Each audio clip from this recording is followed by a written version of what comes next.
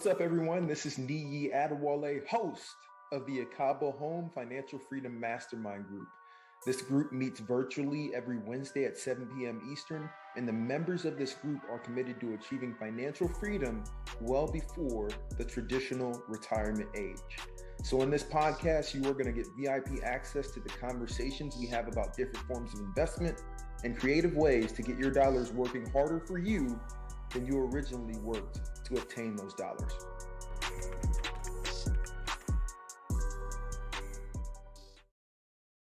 So I bought a 12plex in 2018 and it was a 520 arm.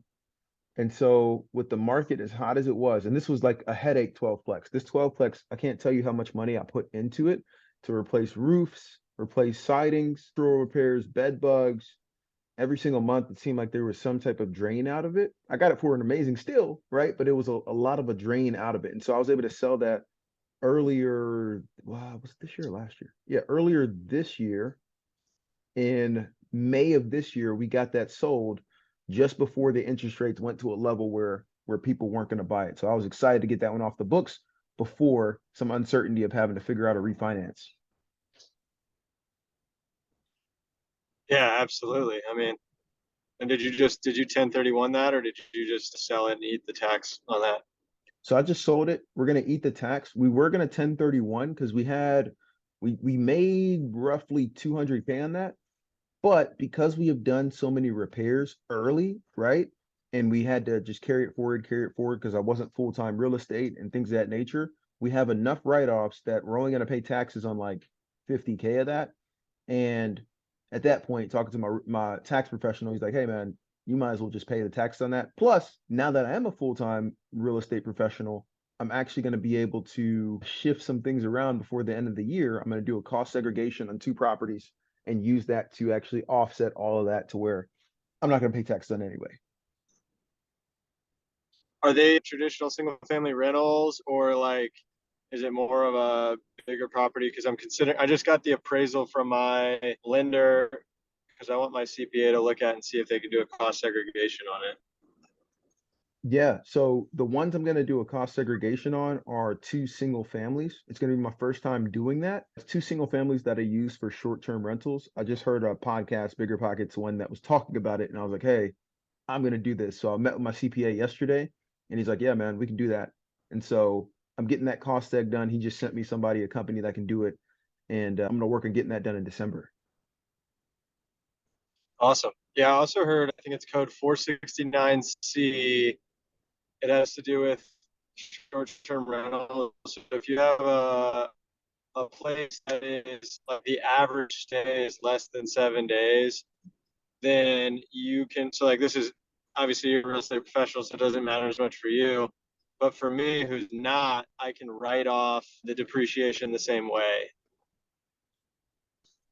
Yeah, and it's huge. Like literally what you're talking about, I'd heard about it in passing, but right when you're moving full speed, doing a lot, it's hard to dive into details. But the podcast that was just released on Bigger Pockets a couple, I want to say like a week and a half ago, they talked in detail about that. And so even if you got a W-2, if you're doing a short-term rental for a portion of it, there's some income that can be saved from taxes, and that's huge. And Alpha, I see you've joined. How you doing, man? I'm doing good, man. I just listened to the conversation. It's been cutting out a little bit, but I finally got my connection to be clear. I'm not sure exactly what you guys are talking about, but it sounds like it's beneficial to me. Come on now. We will recap shortly, but first, I want to introduce Josh. How you doing, man? And you are currently on mute.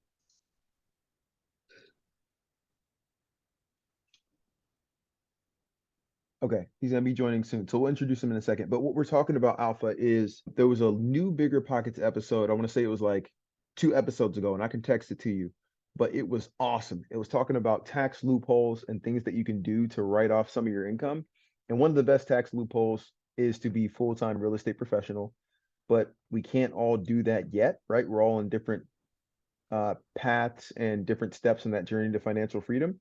And so another way is if you are operating a short-term rental, you can actually write off a lot of that income, and you could do a cost segregation on a property that you're running a short-term rental through and write off that income against your W-2 to where you can actually get the largest tax returns that you've probably seen. And the example they gave was, hey, if you have a $400,000 house, and I'm going to butcher this, but you should listen to the episode.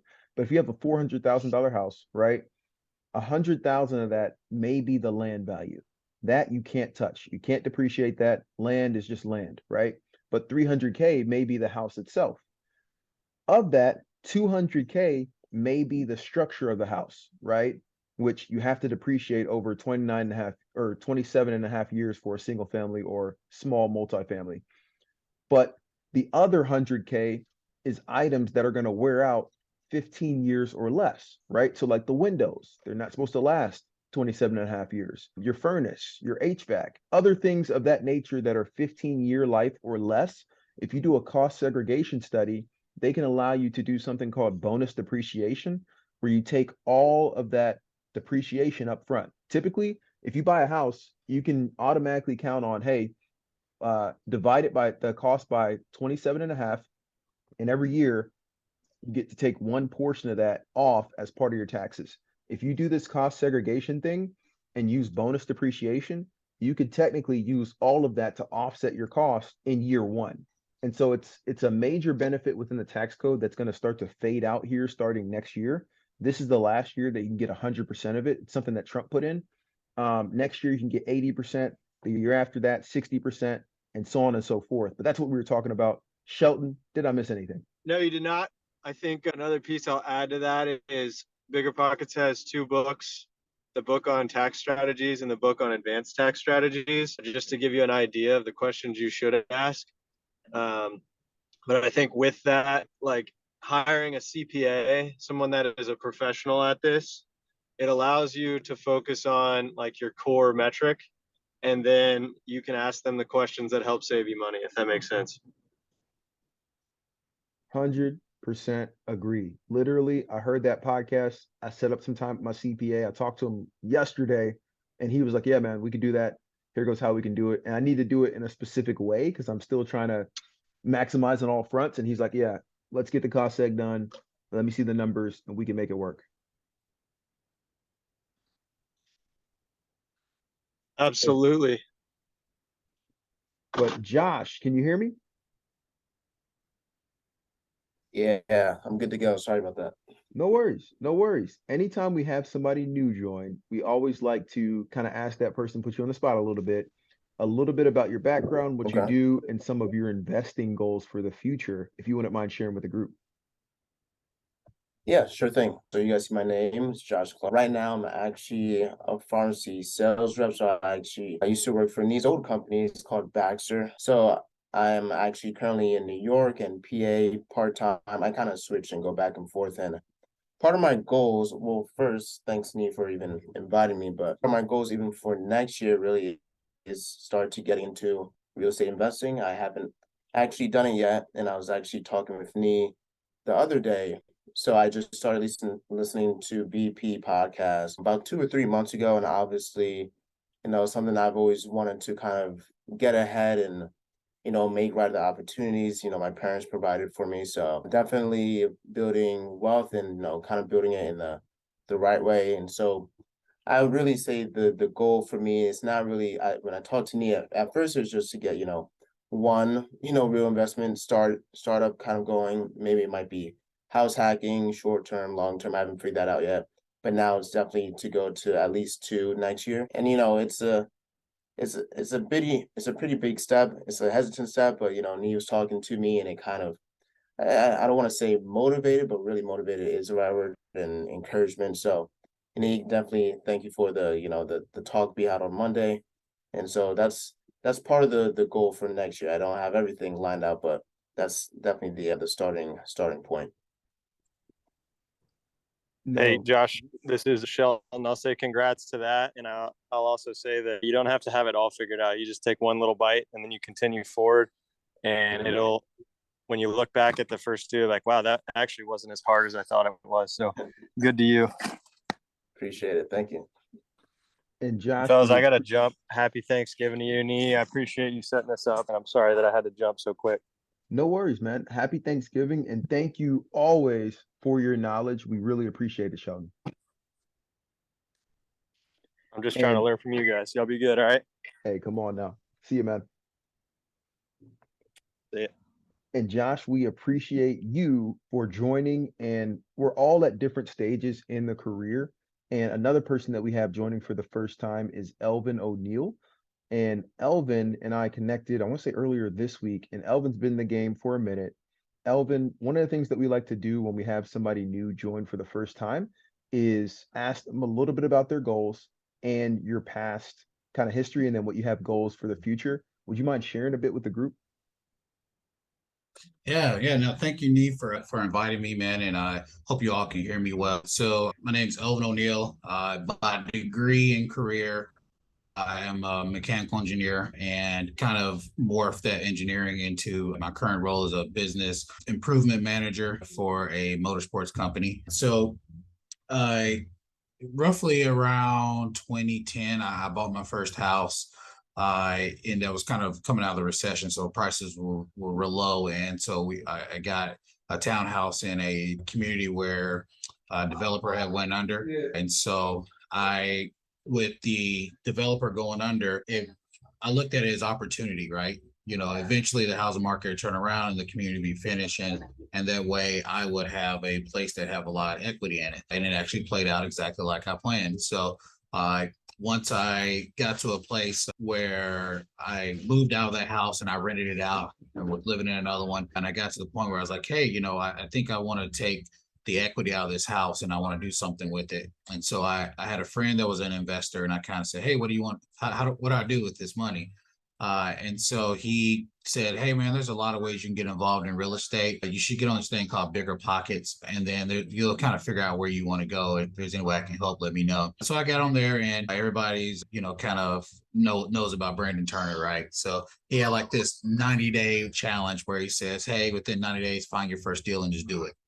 And so I'm one for challenges. So within that first 90 days after hearing that webinar, I found my first flip. And so I've been doing flips for about 2 years, or roughly 2019 going into 2020, started doing flips. Flipping's been good. I enjoy it. And especially 6 months ago, that was really good, right? He turned over, it was selling like hotcakes. But, there's been kind of a revelation, because flipping, it still requires a good bit of your time. And obviously, as I was mentioning, I still have my W-2. Again, I'm business improvement manager. So I, took my same mindset to my flipping business and created processes and systems so that it can be very efficient with the least amount of time that I had to put in. But still, it limits my growth and everything. So with that, what I did is I stepped back and said, okay, what do I really want to do in real estate? And so to kind of make this long story short, is that going into my 2023 goals is to get into multifamily syndication. So I'm working now. I've been submitting LOIs on small multifamily, roughly about 50 doors, and trying to hopefully one of those get accepted. And then I want to also syndicate a big 150 unit, or be a part of a syndication. So those are kind of my three goals going into 2023, along with stabilizing the flipping business so that I can continue just to receive revenue. And then, as me and Nee talked about, make sure I'm meeting my April deadline of retiring my W-2 job. So it's kind of where I'm at. I tend to be open book. From flipping, some of the dispositions of those flips have been long-term rentals. So I have some of those as well. And we're also targeting some short-term rentals in Destin, Florida. So got kind of a three-tiered approach to real estate right now. And, again, open book, any way I can kind of help. I'm coming here more to learn, because I know that there's a lot more. But as I was hearing Josh saying he wants to get started, literally it just was attending a webinar, and it gave me a 90-day challenge, and I found my way to my first deal. So I'm glad to be here, Nee. Thanks for hosting this. Man, absolutely. And Elvin, thank you so much for sharing. The fact that you've been investing and in this game since 2010 is a testament to just your perseverance and being able to operate in different kind of markets. And before kind of opening this up to the rest of the group to talk about whatever's on top of your mind, there's something that, especially with the holiday season around the corner, that's been kind of on my heart. And I wanted to make sure that we could spend some time, especially with somebody as experienced as you, Elvin, providing a little bit of motivation, right? And I want to do it in the form of two ways. And I can kick this off, but I definitely want to kick it to you because I know you've got some experiences, man. And it's all around seeing the forest from the trees, right? And in this instance, the tree is going to be whatever issue could potentially be happening with whatever property you're looking at. And the forest is owning those properties over time and kind of seeing the whole continuum. And so to kick this off, I remember when I bought my first triplex, right? I inherited two tenants. And the first tenant that was in like the front room, this person just they immediately stopped paying. All right. They as soon as I moved in, I was like, okay, this is gonna be great. I've got income that's gonna come in. And that person immediately stopped paying. I started having to chase him around, figure out how I'm gonna get this like eviction process started. And then every so often they'd send a check for, definitely less than the monthly amount. And I would accept that check, not knowing that that starts the whole eviction process over. And now it just takes longer and longer and longer and just drags on. And they were like smoking inside the unit, doing a lot of stuff, right? And it was like, okay, I'm trying to focus on updating my unit while fixing some of the things that were on the outside of the home and just figuring out my systems for landlording. And I had to figure out this eviction process along the way.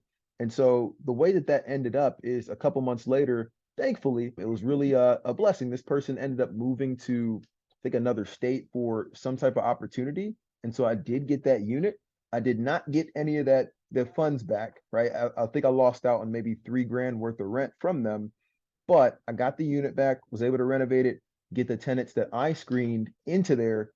And, so when I was going through all that, it was it was definitely hard to think about, hey, what's the long-term goal here?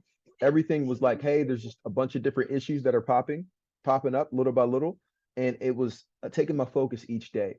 But when I take a step back, right, and that was 2016 when I bought that house, December of 2016, and I would say these issues lasted maybe 6 months max. So by like June, it was all good.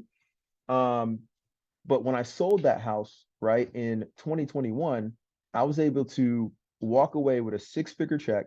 I had stabilized it so much, and it was my highest performing house after, the first year because I'd put the tenants that I wanted in there. I'd fixed up, roof, siding, things of that nature over time.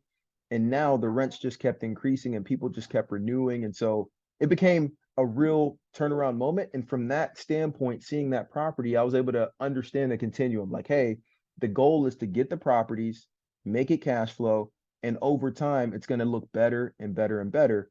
But I will hop off the soapbox. Elvin, can you tell us about a time, maybe one of your early properties where it was like, hey, why the heck did I do this? And then later on, you were like, I love this. So a couple things come to mind on that one. I'll tell two stories, and I apologize, guys. I'm long-winded. I'm an engineer guy. I like the details. I like you guys to see the details, but I'll tell you one from more of the landlord perspective, like Nia was saying, and I'll tell you one from a flipping perspective, and I promise I'll try to be brief. So on the landlord side of things, so I'll just kind of dub this stepping over a dollar to save a penny, right? And so I was self-managing when I first started this long-term rental.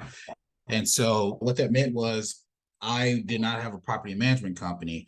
I would utilize my resources to find the tenants, put them in place, do the walkthroughs, any maintenance requests for the property. I was the point person for that. And so what I had was some tenants that were in place that were very, what's the best word to say this? They're very involved. And by that, they mean they call you for every single last thing that you have or anything they have. And so kind of what my natural personality is, I'm a very nice person. I'm very understanding. So I was very loose with my, structure. Those who aren't aware that a property management company, runs systems, their structure. If you have a call out and there's nothing that gets done, it's still a $250 fee. There's other things that are in place that, as I was self-managing, I just didn't have that structure or personality to enforce those things. So essentially what happened was these were tenants that had said that there was mold in the house, and so they cut off, and this is kind of like summertime-ish, so they cut off all the air in the house, and the house got very humid, and then now they put bags over the returns, and then they sent the company out to test the house for mold, and then there was like a $500 $600 test it there, and they were like, you got to pay for this, and we're not paying for rent. So So there was this whole debacle going back and forth with them. And through that time, I'm like, okay, guys, there's not mold in the house. It's a pretty new house. This house was built in like 2005. So, it's not a molded house, take care of the house. So when they did all that, they rusted out all the registers. And I mean, it was just this huge debacle. That was one instance. The test came back, there was no mold. So anyway, so there was a whole, now you need to catch back up on your rent. And then there's this one time he called me and said, hey, you got an electrical problem in the house. So I rush over there 45 minutes, all to find out that he didn't change the light bulb. So again, there's these whole things that, there've been $250 fee, but I wasn't doing any of that. And so come the time that they moved out, they did not put felt pads on the bottom of their chairs or furniture. So the hardwood floors were completely scratched. So I had to resurface all the floors. And needless to say, they didn't get their security deposit back from all the things that I just kind of mentioned that we have to do. And so then I get a lawyer letter saying that they want to sue me for not, having, for not giving their security deposit back. So it was one of those things. It's like, man, I'm not charging you the call out fees. I'm doing all this stuff. I'm trying to work with you. And now you want to sue me. And so you're like, okay, I don't get it. And so that was one of those things that, kind of made me step back and say, okay, what are my strengths? My strengths are not property management. In between that time, it took me probably about 2-3 months to get that property back ready to rent. So there's 2-3 months that I was paying the mortgage. And so I was saying I was stepping over $1 to save with pennies because I didn't want to pay a property management fee, right? I didn't want to pay the 8%. As soon as I turned it over to a property management company, I've just been sitting around actually collecting checks now, not worrying about how the tenant's calling me out or things like that. So that has been a great one, a great experience and a lesson learned there because now it makes not wanting to, as you do more long-term rentals, you're not dreading this whole, oh my gosh, what if I get caught out for this? What if I get caught out for this? Because you don't want to be a slumlord because your reputation is going to be there. So you got to respond. So turning it into the right systems really helped me in that aspect. And Elvin, digging a little bit into that. So when did you purchase that house? What were the rents then and what are the rents? So I purchased this house. This is one I had in 2015. When I was actually self-managing, I turned that over in 2017 as a rental. Oh, actually, take that back. 2015, I was house hacking it. So that was going for $500 a room. This was just, me helping out a couple of friends, but hey, it covered mortgage while I was going out of town. 2017 was a full-time rental. I started at $1,750. Today it's still renting at like $2,250. So over 2017 to 2019, over 5 years, I've grown it that much. But this one has kind of been a double banger because not only have I grown rents about $500 actually, equity in that house. So it's in a location that's near a development. So the equity has actually grown like somewhere around, started at 250 in 2017. It was about 250. Today it's worth about 400,000. So and that right there, I want to highlight that piece. That's the key. That's seeing the forest from the trees. And that's why 90% of millionaires created in the US got there through some form of real estate, right? It's the cash flows to help you keep the property, right? You figure out the systems to kind of, make sure that that's going to work. And then what you just mentioned right there, the equity that grows over time, that's how you get wealthy. That's how you get rich. Imagine if you had 5 of those. Yes. Not hard to hit $1 million, right? You get 5 of those, it's not hard to hit $1 million. Absolutely. And if you guys have a question, I'll quickly do the flipping story. So I don't know how many people, where everybody is. I know Josh said he's in New York, but Nia probably resonate with this one. They're within Atlanta. Atlanta is actually kind of a small city, but with a lot of suburbs. So you have different municipalities with different projects. So this one specifically is inside the city of Atlanta. And, you'll hear people who are flippers that have a lot of experience say, I will not flip inside the city of Atlanta. It's just a different set of rules. It can be a lot of things, and a lot of things actually happen during this flip. So we purchased in 2020 for 97. October 2020, we purchased for 97K.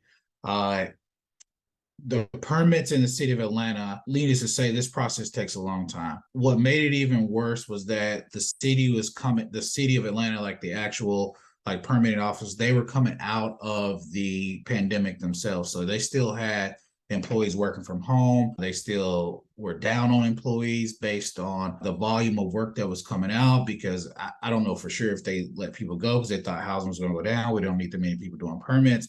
I don't know.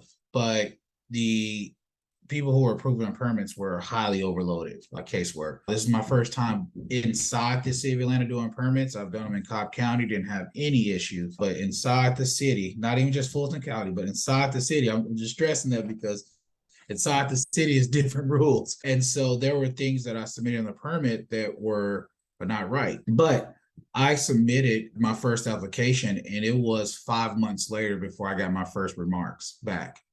5 months of holding calls that I even got it back for my first remarks of saying you didn't do it right. And so by the time during the process, there was asbestos found in the house.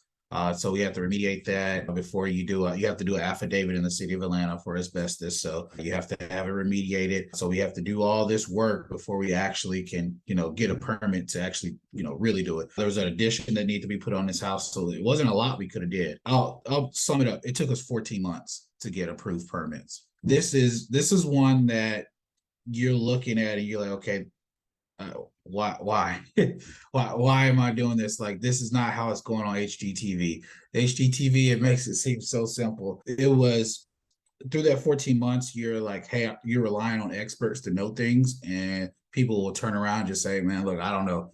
And if you allow them, they will just leave. Your contractors will just leave. So I had to learn engagement, how to keep them engaged. If they didn't know something, let me go find somebody who does. So you got to pick up their phone and you got to figure out, okay, you don't know anything about a stormwater management plan. Let me figure this out. During that process, you realize that, oh, I only need a stormwater management plan if I change the footprint more than 500 square feet. So any other project I do in the city of Atlanta, I'm not putting an addition more than 500 square feet because there's so many other things that are required. So we were doing a 600 square feet addition on this house. So there were so many things that I learned during that process. Here's kind of the caveat to all of that. The housing market the location of this place was right on time as well. This is a area, Grove Park. I don't know how many people are in Atlanta, but this is just a hot area. And so you buy right, it kind of helps to overcome a lot of your things that you might miss. So making sure you run your numbers, put some cushion in your numbers, because as all this 14 months was going on, the property was appreciating, the area was appreciating because it was hot. So in that time period, I could have done nothing to this house and sold it and made $50,000. Yeah, easily. I had wholesalers, people calling me saying, we'll offer you 160 for this house. Again, I told you I bought it 97. I had about $2,000 a month in carrying costs. So, by the time I got to the permits, I'm like, no, I'm in this. I'm invested. I got to see this thing through. So I didn't sell it, which I mean, again, I could have made money and went on to something else, but I'll probably make a little bit more money, finishing out the project. The project still is literally like still on the cusp of being finished today. So again, this has been a hugely long project. I've done projects over since I bought this one, but it's just one of those ones that, okay, once you feel like you've conquered it now everything going forward should be easy, should be a process. I now have the relationships, have the system, and now it gives you an advantage over other investors where they say, I don't want to flip in the city of Atlanta. You're like, well, I've been there, done that. I can do it all day long. Now you have a competitive advantage. Huge competitive advantage. And you've got the applied knowledge, right? Because at the end of the day, you can sit there and learn and read as many books as you want to, but until you jump in and start going through stuff Absolutely. and figuring out like, hey, this contractor's good, this one's not. This one's fair on pricing and accurate on timing, this one's not. Hey, I can go to this permit person. I built a relationship with them and ask them, hey, if I do a addition for 480 feet, do I got to add the stormwater? No? Yeah. Okay, we're going to do 480 instead of 500, right? And make Absolutely. it a lot simpler. And so, Elvin, I appreciate you sharing because you have more of a holistic view, right? And we have a lot of individuals that we talk to on a daily basis that are just getting started, but it's good to see kind of what it can look like over time if you stay consistent. Yeah. The biggest thing, if you all are just getting started, the biggest thing that I'm going to say to you guys throughout all of this is meaningful relationships.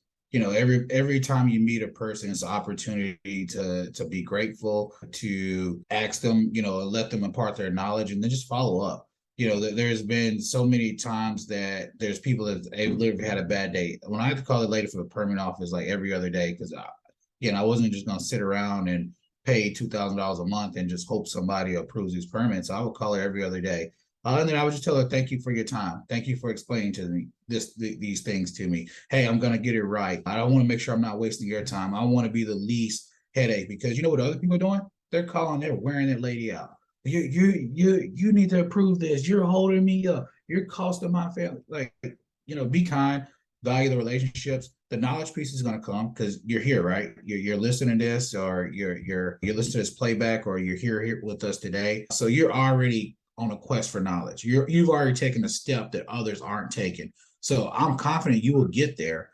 But alongside of that, the value of relationships. That's really going to me what the key is. 100% agree. And we are coming up on about 5 minutes left. So I want to open it up to the group. And I had one question, and that is to Desmond. I've been checking the Instagram, man. I'm trying to wait for the pictures to come up in the video. Where is the listing, man? Man, it's in progress, dude. It's in progress. It's taking a little bit longer than I've thought. I've been doing a lot of stuff just kind of on the outside. Got my big forest back here cut down, so now all these trees aren't hanging over the roof, and it's pretty clear back here. Yo, it looks completely different. Yeah, dude. And I haven't even sent you a picture of what the house looks like, but the whole house is painted and looks different. So, I've kind of been trying to balance them both simultaneously, getting the inside units ready and then also getting the exterior ready, right? And I'm trying to find that balance. And I was telling you this last time, right, of like not going too far and doing too much, but also doing enough to make like Airbnbers feel comfortable, right? And have it be a spot folks want to like, stay at again and, write a good review about. But it's coming, man. I promise. So, a few weeks delayed. I was trying to go live November 15th. And for just the folks that don't know, I have a 4-unit building that Nee helped me close on last month. I've got 2 units that I've been getting ready for Airbnb. And yeah, that's just kind of the process I've been going through. But yeah, it's coming up. Hopefully, in these next week or 2, at least be able to host the first unit. We had some family coming to town, some friends coming to town, kind of related to Thanksgiving. So I have made some money, just not on Airbnb, but from, friends and whatnot. But yeah, man, I mean, at the end of the day, I think the long-term renter that I have has been keeping me a little bit more sane, right? With that at least like $1,200 coming in every month. But yeah, man, it's been a good process. Definitely have learned a lot. I think on the note of permits, I was getting my trees cut down, and I had a code enforcement officer pull up and confront me and was asking, "Hey, where's your permit?" And I'm like, "Where's that orange sign? Where's that orange sign?" Hey, trees are no joke in Atlanta. Trees are no joke. Exactly. Yeah, she really wanted to see that, so she shut the whole thing down. Luckily, I'm in College Park. I shot up to City Hall really quick, and it was super easy for me to get a permit. So wasn't too bad, but that was a good learning experience. But yeah, just been balancing the exterior and the interior, and hopefully in these next couple of weeks, I'll be sending an Instagram post soon. So hopefully you'll see that. Well, it looks dope. Even just this little walk around, and that back looks completely different. So I'm excited for it, man. And we're all rooting for you. Yeah, this is dope. Yeah, it looks awesome, bro. Appreciate it. It's coming together. Thank y'all. Of course. So we're I'd love opening to it come up. by and see it, man. I'll give it to you offline, man. I love to come by and see it. Yeah, definitely, man. Yeah, connect with me. We'll definitely link up. So opening it up to the group, Alpha, Josh, anything you guys got you're working on, or any questions? No questions as of yet. I'm just soaking it in. By this time next week, I'm sure I'll have some questions, some questions lined up. But right now, it's kind of just getting that fun, a little bit more juicy, a little bit more dollars behind it. But once I feel like I'm comfortable with that, I'll dive in. And Alvin, I know you said about the 90-day challenge, and just like you, I like to take on challenges. So it's one of those things where, I mean, I'm still on the younger side, but I understand, it's always better to kind of just dive in, find your way around, rather than just always, reading books and listening to podcasts, which is good. Obviously, you need that kind of little information, but diving in is actually the real deal, and you can't substitute that for anything else. So, once again, thanks Nee and Alvin and even Desmond for the information you guys shared. So, I'll be on here again regardless. Yeah, Josh, I know I was was brief, only a 90-day challenge. It was really about what can you do. So, some people have a lot of hurdles, right? Some of them is like, hey, I don't know where to even start. I've never bought a house before. So it's like, make that goal of something you can obtain that's going to make you one step closer. So it doesn't have to be 90 days, go buy your first property. But if it's like, hey, within 90 days, I want to run my first deal like on paper, or 90 days, I want to finish this book, just something that's going to make you one step closer to closing that first deal.